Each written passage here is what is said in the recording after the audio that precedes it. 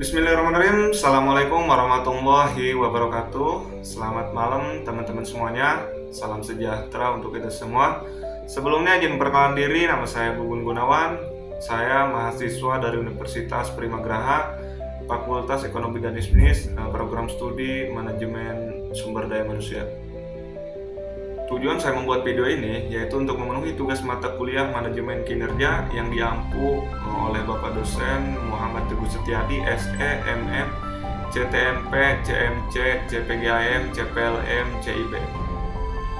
Nah, dalam video ini saya akan mengulas kembali materi-materi yang telah saya pelajari dari pertemuan pertama sampai pertemuan ke-6. Nah, dalam ke-6 pertemuan itu, apa saja sih yang harus saya bahas pada video ini?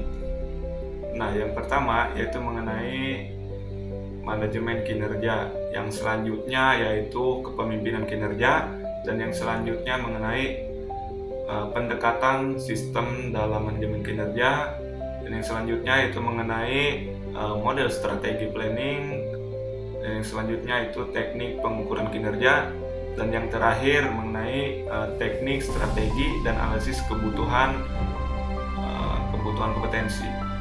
Langsung aja kita masuk ke pembahasan yang pertama, yaitu mengenai manajemen kinerja. Nah, apa sih manajemen kinerja? Manajemen kinerja adalah sebuah proses strategis dan berkelanjutan yang digunakan untuk meningkatkan efektivitas organisasi melalui peningkatan kinerja individu maupun secara tim. Nah, ini mencakup penetapan tujuan yang jelas, pemantauan secara berkala, setelah itu evaluasi, serta pemberian umpan balik untuk pengembangan berkelanjutan. Nah, dengan manajemen kinerja yang baik, setiap elemen organisasi akan berjalan menuju tujuan bersama secara baik atau secara selaras. Nah, untuk yang selanjutnya yaitu mengenai kepemimpinan kinerja. Nah, kepemimpinan kinerja ini merupakan peran pemimpin dalam mengarahkan, membimbing, dan memotivasi tim agar mencapai target kinerja yang telah ditetapkan bersama.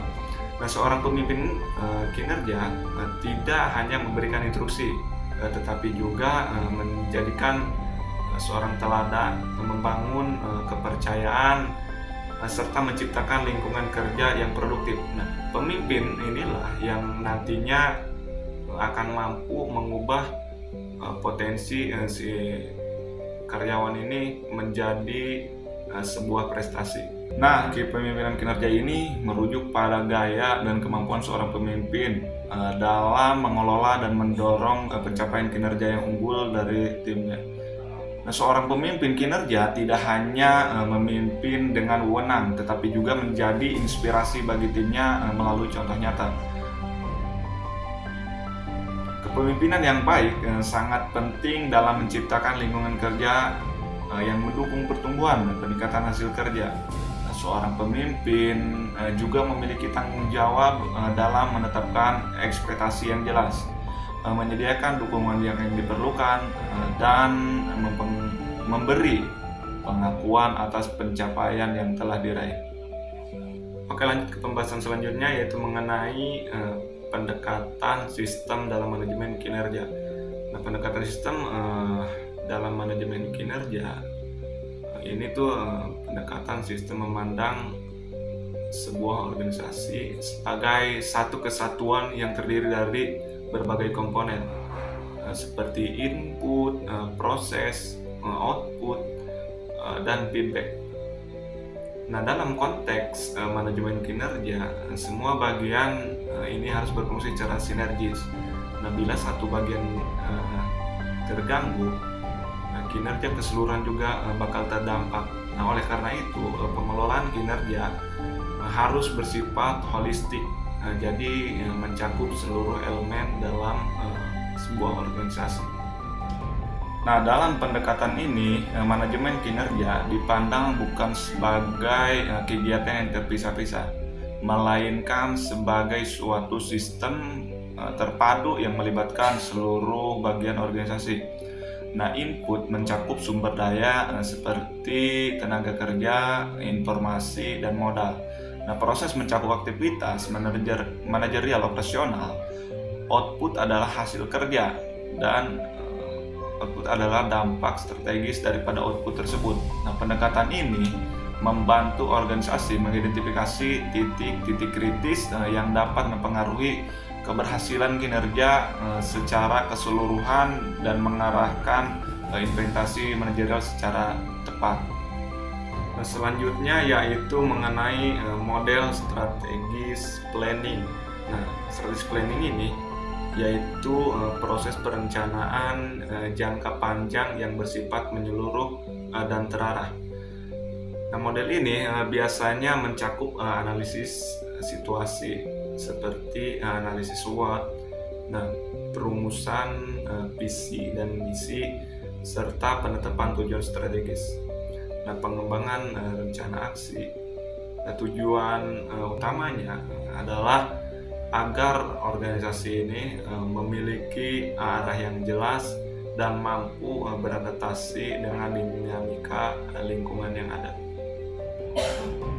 Nah, model strategi planning atau perencanaan strategis merupakan kerangka kerja yang digunakan organisasi untuk menentukan arah jangka panjang dan pengelolaan sumber daya secara efektif.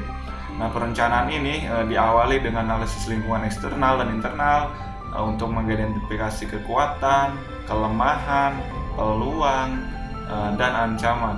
Kemudian bakal dilanjutkan dengan perumusan visi, misi, dan tujuan strategis yang akan dicapai dalam periode tertentu.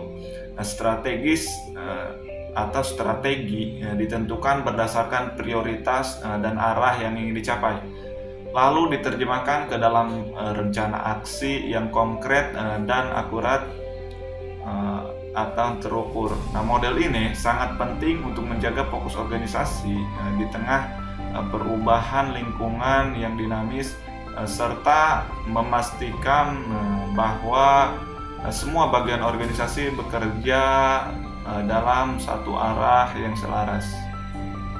Yang selanjutnya yaitu teknik pengukuran kinerja.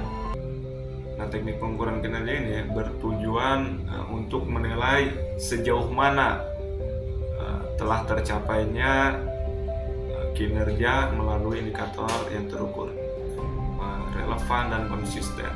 Nah, beberapa teknik yang digunakan dalam pengukuran kinerja yaitu ada Key Performance Indicator atau biasa disingkat dengan KPI, Balance Scorecard, dan penilaian 360 derajat.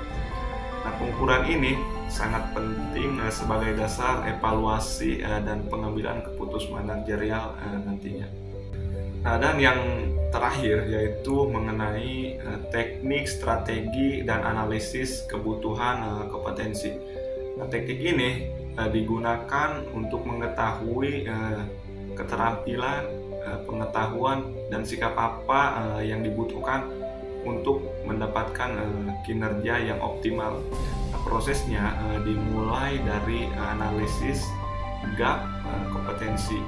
Nah, dilanjutkan dengan perencanaan pelatihan hingga implementasi pembangunan sumber daya manusia.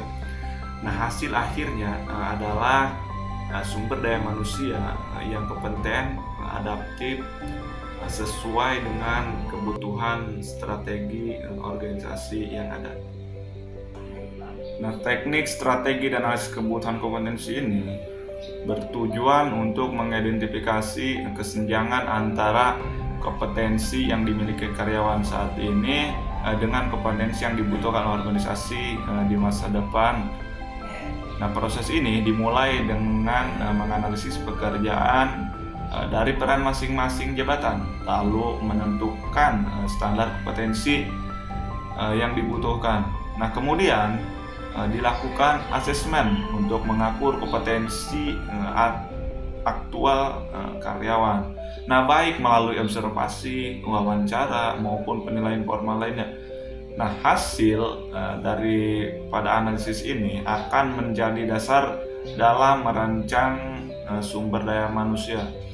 Nah, dengan melakukan analisis kebutuhan kompetensi secara sistematis, organisasi dapat memastikan bahwa SDM-nya selalu siap menghadapi tantangan dan dukungan pencapaian tujuan.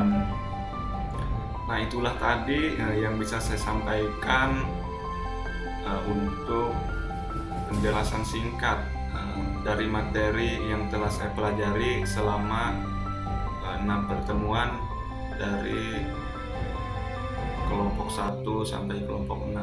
Nah, kesimpulan daripada materi yang telah saya sampaikan tadi, manajemen kinerja yang efektif merupakan gabungan dari sistem yang integrasi, kepemimpinan yang visioner, perencanaan strategis yang tepat, pengukuran yang objektif, serta pengembangan kompetensi sumber daya manusia dengan memahami dan menerapkan keenam elemen ini. Nah, sebuah organisasi dapat meningkatkan daya saing, produktivitas, dan berkelanjutan kinerja. Mungkin itu saja yang bisa saya sampaikan. Kurang dan lebihnya saya mohon maaf bila dalam penjelasan banyak sekali kesalahan. Kurang dan lebihnya saya mohon maaf. Wassalamualaikum warahmatullahi wabarakatuh.